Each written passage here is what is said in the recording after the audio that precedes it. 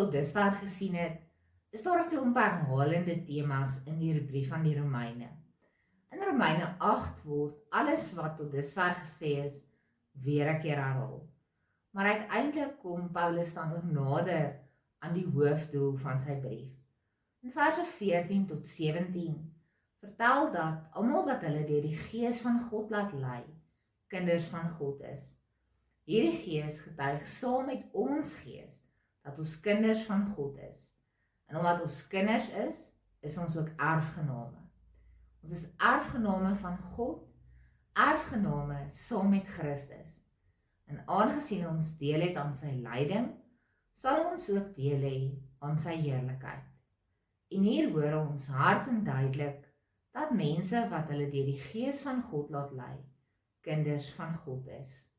En hoe ongelooflik is dit nie? Hier hoor ons dat dit die Gees is wat ons 'n kind van God maak. En wat hoor ons oor die Gees? Ook as ons alreeds gedoop is, dat die Gees konstant in ons aan die werk is, of ons nou daarvan bewus is of nie. En is dit nie wonderlik nie? Die Gees wat reeds in ons woon, is nodig vir ons om kinders van God te wees. Maar ons moet ook sien dat daar nog iets in hierdie gedeelte staan. Paulus praat dan al vir hoeveel hoofstukke oor die sondige natuur en dat ons steeds partykeer daardeur laat lei. En wat probeer hy sê? Hy sê dat ja, die Gees is in ons, maar as ons dit nie ernstig opneem om onsself deur die Gees te laat lei nie, ons onsself eintlik deur die sonde laat lei.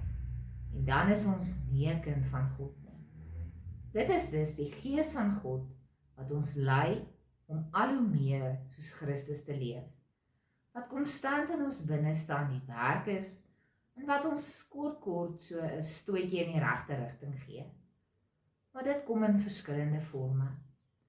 Forme in ons diepste wese, wat ons miskien kan teëstaan en sê, ag maar, dit is onbelangrik, en dan probeer ons nie eers nie. En Paulus sê hier, laat julle deur die Gees van God lei, dan is julle kinders van God. En dis die Gees wat ons help om God se wil op aarde uit te leef. Dit is die Gees wat ons lei om die beste te wees wat ons kan wees en God se naam in die proses te eer en te verheerlik. Ons moet dus seker maak dat ons die fluisterstem van die Gees kan hoor, die Gees se leiding kan voel, en dalk beteken dit 'n ander manier van bid, 'n ander roetine, dalk 'n nuwe geestelike dissipline, 'n nuwe ywer om Bybelstudie te doen.